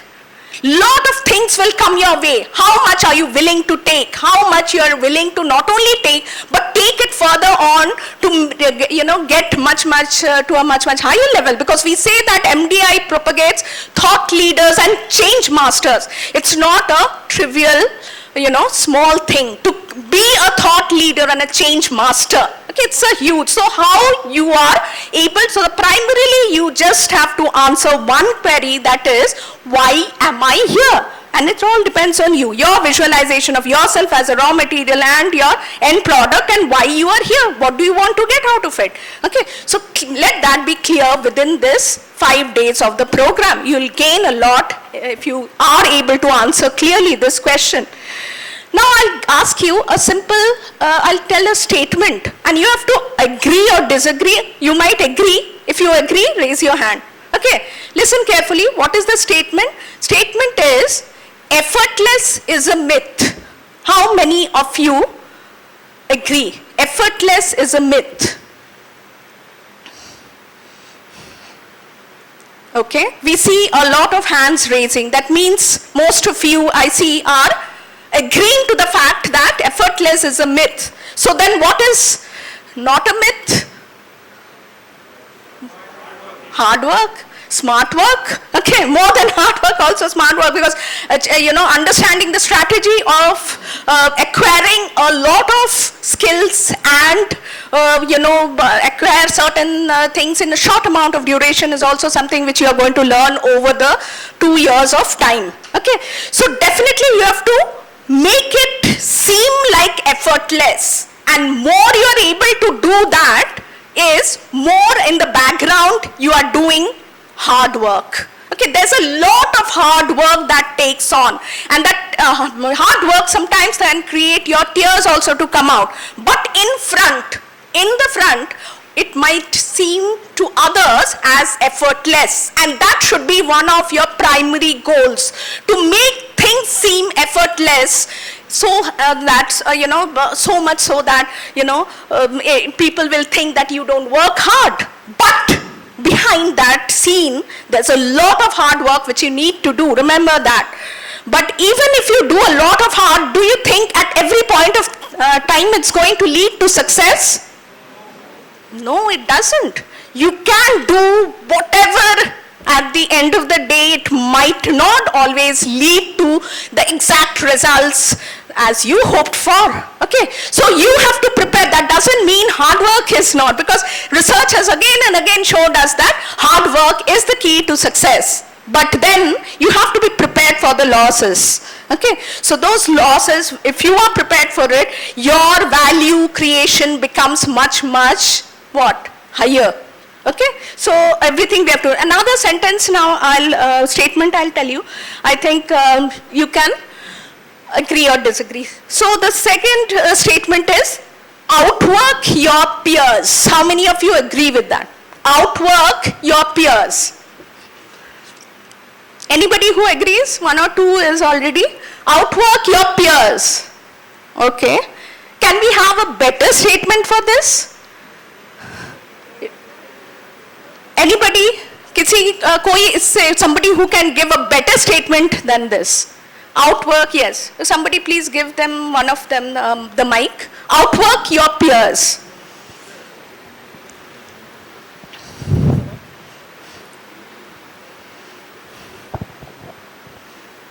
Work with peers collectively.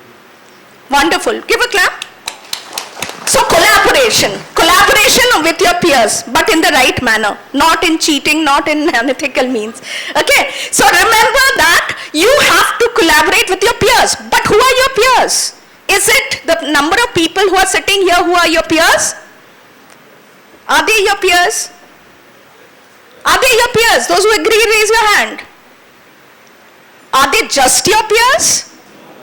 No? Then who else?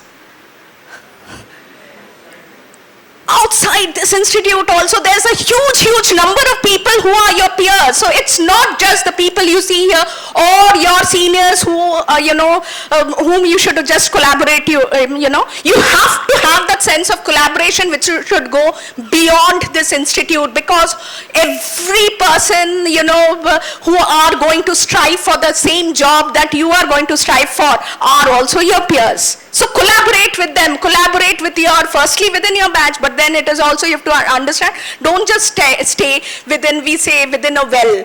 We cannot just create a well called MDI Murshidabad and stay there and keep on croaking and shouting and or doing good. Okay, that wouldn't make the entire experience successful. So think about collaboration, not just within your batch, but also with the seniors, with your outside peers also. Okay, very, very important to identify that. Also, some research I was seeing that, Harvard research which was saying that boring is good. Okay, so do you agree with that? Many times, yes, very nice. Any other who would like to agree with that? Boring is good. You are going to face stagnation. You are going to have a lot of times where you feel bored. Okay, you might say, okay, look at the location. हमारे पास कुछ भी क्या है, बाहर जाओ तो खेत ही खेत. Many of you might have that. Okay, remember that. What? The research said that boredom is very good for you. Okay, it helps you grow. It helps you be patient. It helps you inculcate certain of your characteristics which otherwise would not give you. Okay, so outside when you see a lot of nature. Take that as it's your perspective, how you see it. Take that as an advantage. 2 years, Let's think of it as you have lot of, infrastructural, certain amenities are there. Make use of those. If those are not there, you have your internet. Through your internet, you find out those resources which can help you. Lot of different things, if you look the right way, you will get, which will help you grow. So identify those that help you grow. Do not be afraid to be bored, because boredom just creates a lot of different characteristics within you, which helps you in your journey, which helps you self-introspect, which helps you do and find out different things which otherwise you would not have tried out. Okay, so take things the right way. One thing, obviously, I'll tell you that sometimes when, you stay in this campus for a longer period of time, remember that there is a chance that negative energy might also creep in. Okay, that's a very normal human behavior. So always remember this, that negative energy is wasted energy. Okay, so this should be a motto. Negative energy is wasted energy. Do not go into anything that is negative, because it is going to create at the end cortisol within your mind, and that is going to help you not do the right things. Okay, so keep that in mind. Other than that, 2 years, you will be learning about yourself a lot. You will be learning to manage yourself, to manage your, time, to manage your, self itself is a big, talent, I would think. So if you're able to acquire some of the characteristics which you think is a value addition, think this course definitely has been a success. But for that, you have to keep your energy on. And a lot of times we say that, what is it that makes champions? So what is it that makes champions? Anybody would like to add on? What is it that makes a person from a general, person to a champion?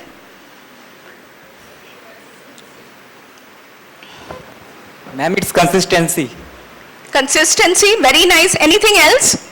Anybody else? Hard work and patience. Patience. Anything else? Very nice. Discipline. Huh? Discipline, ma'am. Discipline, ma'am. Discipline. Okay, great. Discipline, very much required. Anything else?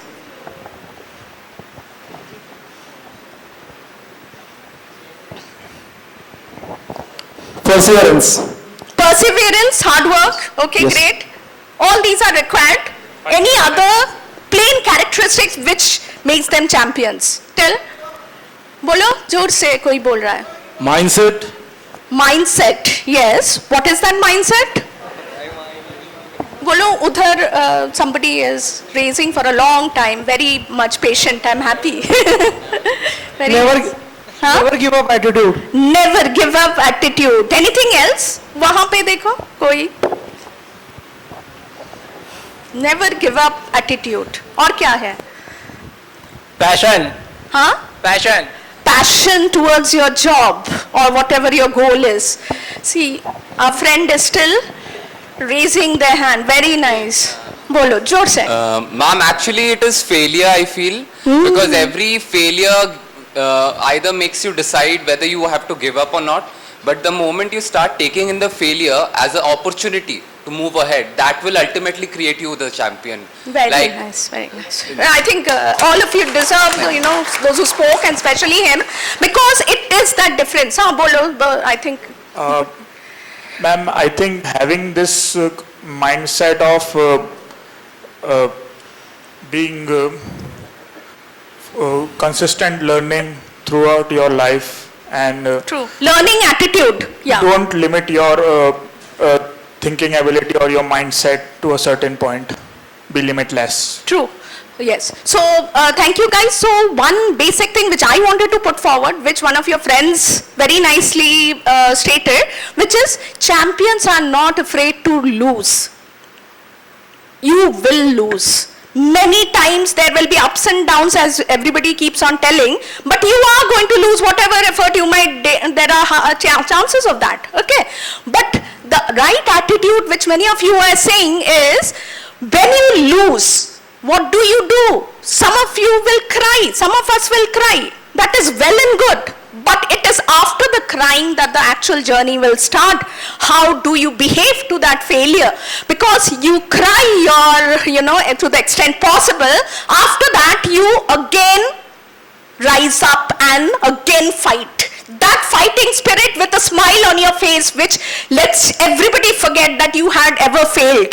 That is what is the true, note of a champion. So many champions you'll see have failed many times and risen to great heights after that. Whatever be the struggle, at the end, value creation and effortless. Everything at the front, it looks effortless, but back of the journey is sometimes that of grit, and that is the true sign of a champion. So all of you here, we expect in your own areas you will choose, you will determine what you came here for, and you're going to pursue that with your own hearts. Today in the morning we had the, light which was being, lighting of the lamp. At the end, this orientation program is supposed to, what? Some kinds of brief things it is going to inculcate within you, but it is aiming to do what? To light up your minds and hearts. Okay, it's to make you ready for the job in hand. You have a job in hand. 2 years of hard work is there. Every time you think and visualize yourself doing and achieving what you came here for, you are going one step ahead and actually that becomes much more doable, and you'll definitely do it. Okay, so remember that value creation is your main goal, and your own individual goals you have to inculcate and identify to bring in clarity, and then you will be able to bring in all the other requirements which is going to take you forward in your journey. So welcome to the batch, and hopefully we will have many discussions and many learning sessions, be it inside or outside the classroom. Okay, but before I end, obviously, we have certain things. You have got a small, all of you must have got this small chit. Yes? Everybody has got? Yes. So what are these? What are these?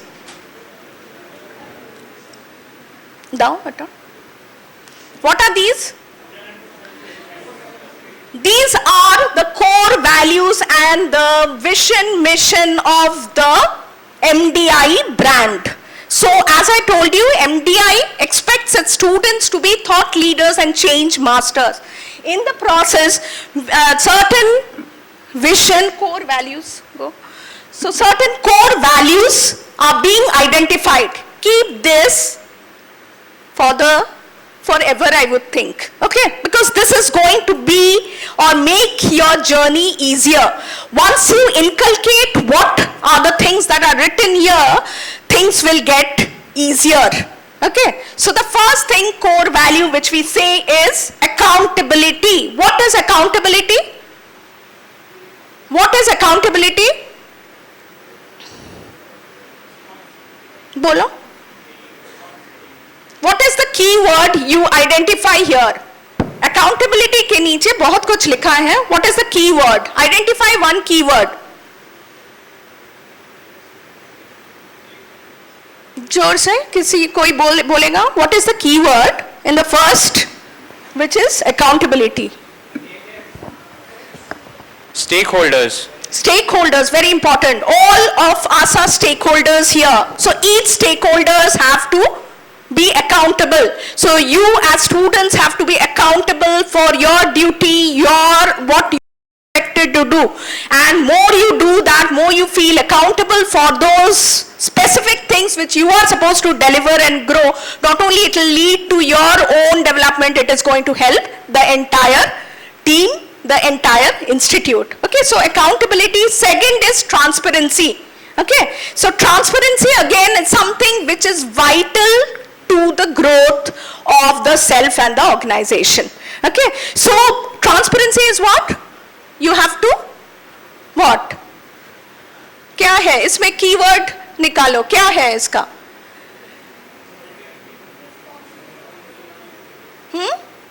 जोर से? Responsive, productive and innovative.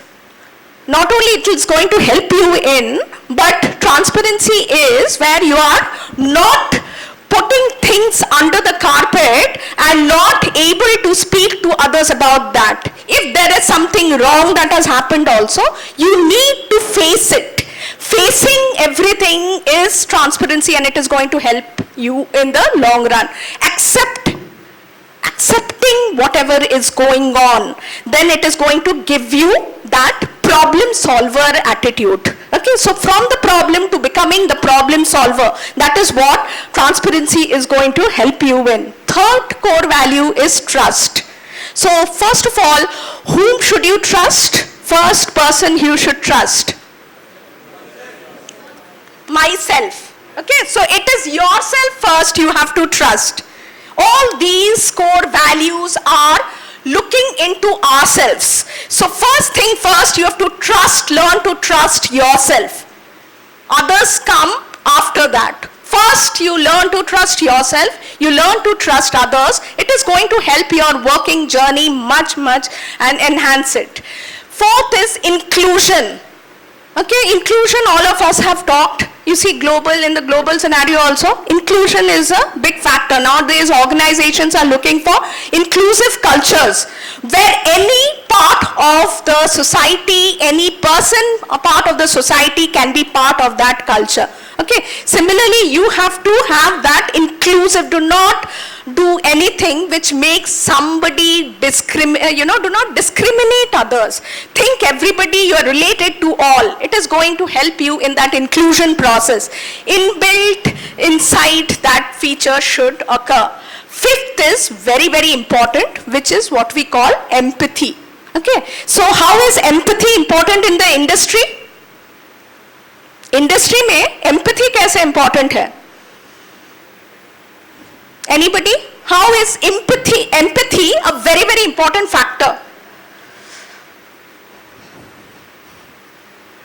Give him the mic.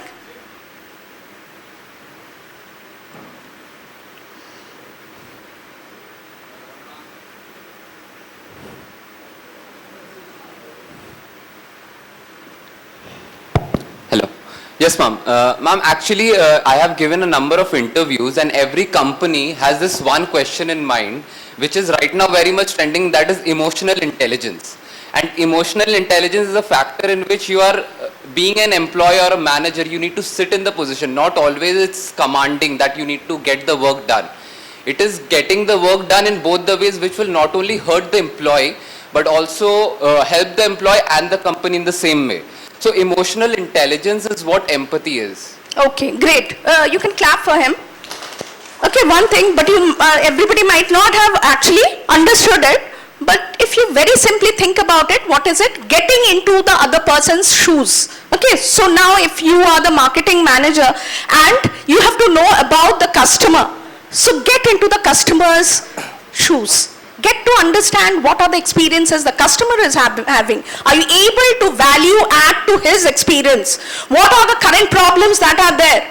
How is it that your product, your service is going to add more value in terms of the customer experience? Simple. Okay. So now it might seem simple, but in order to do or get into the other person's shoes, you have to inculcate in yourself that same value and practice it again and again in real life. So these 2 years, you have to keep on experimenting that, say different projects, different other places, different thought processes. Keep on inculcating this within yourself so that any position you vie for, anywhere you go, you are going to bring this particular empathy, so much so that your product, your service, your value addition which you have done to yourself will be such that industry is going to vie and be willing to give you a higher salary or a higher benefit to you vis-a-vis others. Okay, so this is one core value which is going to help you till the end of your life. These are the core values.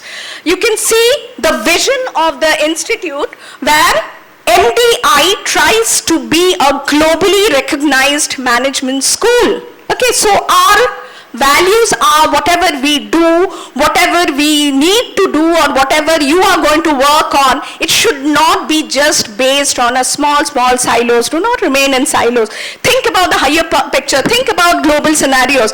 There are too many things that are happening globally which needs to be part and parcel of your life. So you might be here in a small place, but actually today, in today's life, it's not just small.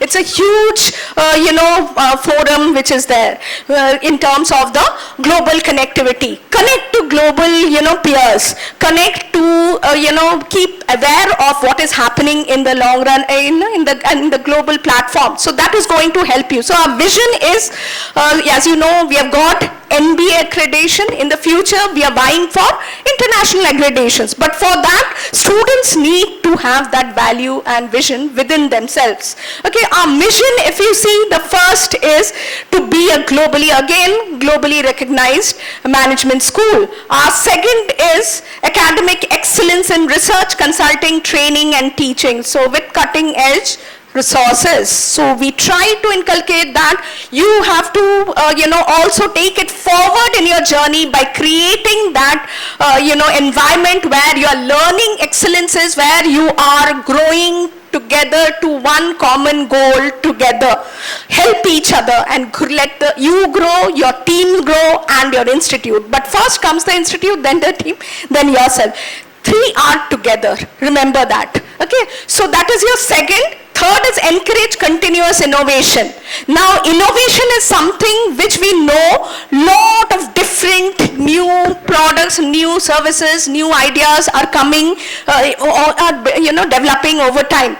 But you as individuals, are you participating in that? Are you having that right culture where you are able to not only bring your own innovation, but also support innovation around you? Okay, so we have a center for entrepreneurship also, and we would like you all to contribute towards the entrepreneurship, your innovation through your entrepreneurial journeys within this institute, 2 years when you are there in the institute. So hopefully that is also going to help you develop your skill, and today modern organizations are looking forward to your exposure there. Okay. Fourth is create and nurture socially responsible leaders. Now that is sometimes which is a dilemma. Should we go for profits or should we go for this socially responsible? But both, our point is that we can do both together. Are you the ones who have the thought process, who can bring both of these factors together and develop? Okay. Fifth is promote sustainable alternatives in decision making. So today, first half also you got a small understanding in the supply chain area.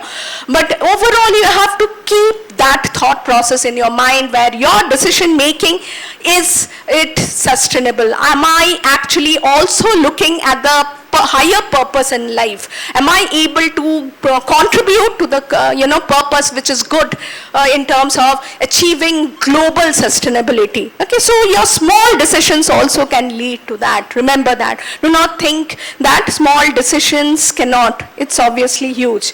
Okay, so keep this. This is your very important document, because now and again we should go forward and go and read this, because it helps you make your decisions and make simple the dilemmas that are there, that you are going to face.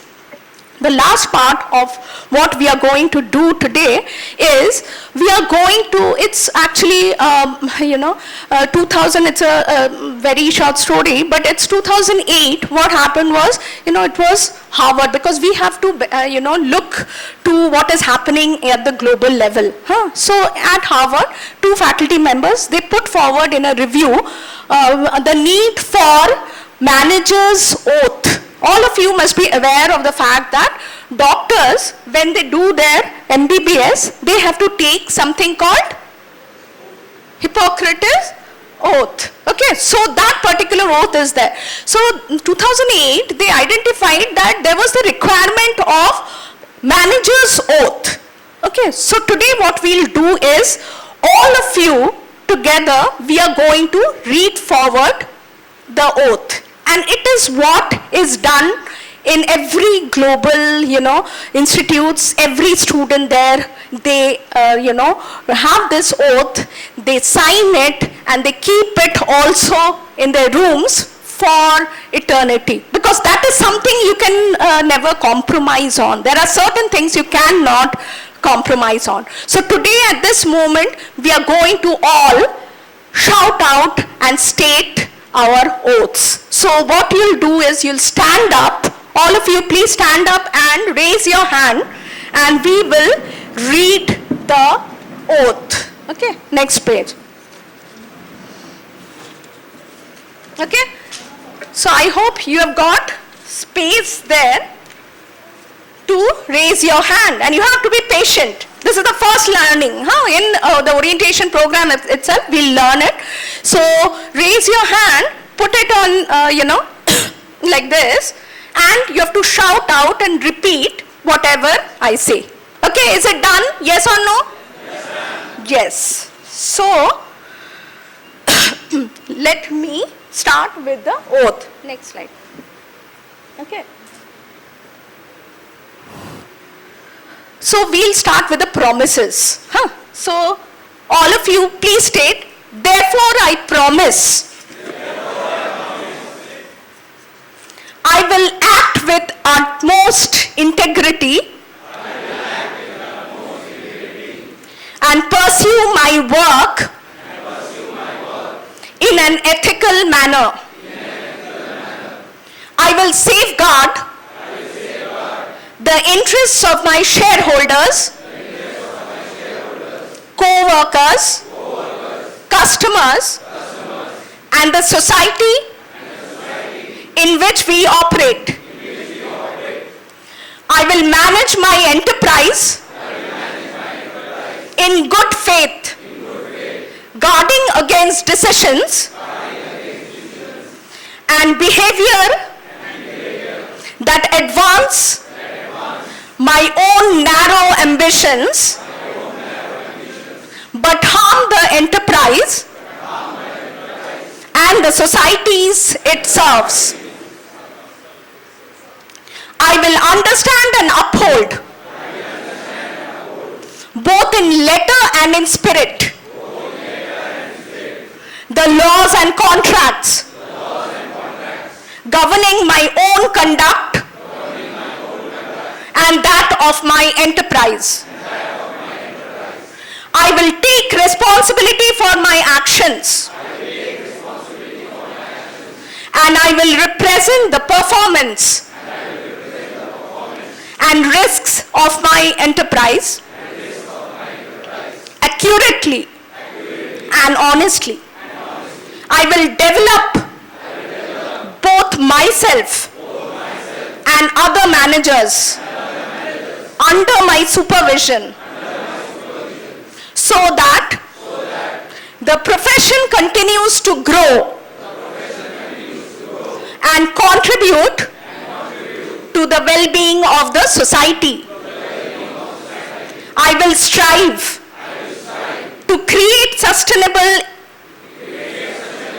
economic, social and environmental prosperity worldwide. I will be accountable to my peers, and they will be accountable to me for living by this oath. This oath I make freely and upon my honor. Everybody, please. Okay, please sit down.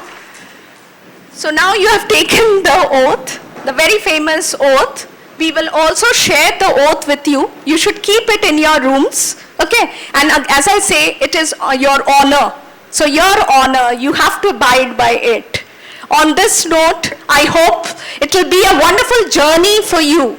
Okay, and also the fact that you are going to create value addition for yourself, the institute, your teams, every possible, problems, you will be the problem solver.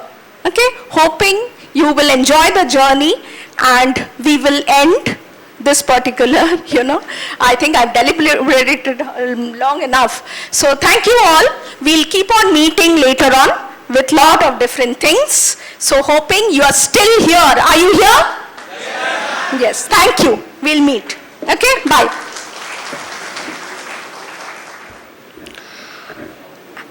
As we draw close to this enlightening day one of the orientation program, we extend our gratitude to everyone. First and foremost, we would like to express our deepest gratitude to our esteemed chief guest, Mr. Sandeep Chatterjee, Supply Chain and Sustainability Leader at IBM. His insightful talk on integrating sustainability into supply chain management, the role of the supply chain manager, has provided our students with invaluable perspectives on the critical role of sustainability in modern supply chains. Mr. Chatterjee's presence and expertise have significantly enriched our program. We are also profoundly thankful to Dr. Debashish Chanda, our acting director. Sir, your inspiring address has set a powerful tone for the journey of our new batch, and as they're about to embark on. Your vision and guidance are invaluable to us, and we deeply appreciate your unwavering support and leadership. Next, we would also like to extend our sincere thanks to our Dean Academic, Dr. Biranchi Narayan sir. Sir, your address was both motivating and enlightening, providing our new students with a clear understanding of the journey ahead. Our heartfelt appreciation also goes out to the PGDM chair, Dr. Amrita Sengupta. We are indebted to Dr. Sengupta for providing an inspiring introduction to the vision, mission, and core values of MDIM. Your words have set a strong foundation for our new students, guiding them towards achieving their academic and professional goals. Your guidance and encouragement are crucial as they start this significant phase of their academic journey. Finally, we would like to thank all the esteemed faculty members, staff, students who have worked tirelessly behind the scenes to make this orientation program a success. Your dedication and hard work are deeply appreciated. And to our new batch of students, we're excited to have you join the MDIM family, and we look forward to witnessing your growth and achievements in the coming years. Thank you all once again and have a wonderful day. Okay, now we would like to move on for a photo session, and please gather in front of the academic block. After that, you can break for lunch, and post lunch, I think from 2:30 onwards, you will have your personality development programs. Section wise, please, I think the location has been provided to you, so be there by 2:30 sharp. Thank you.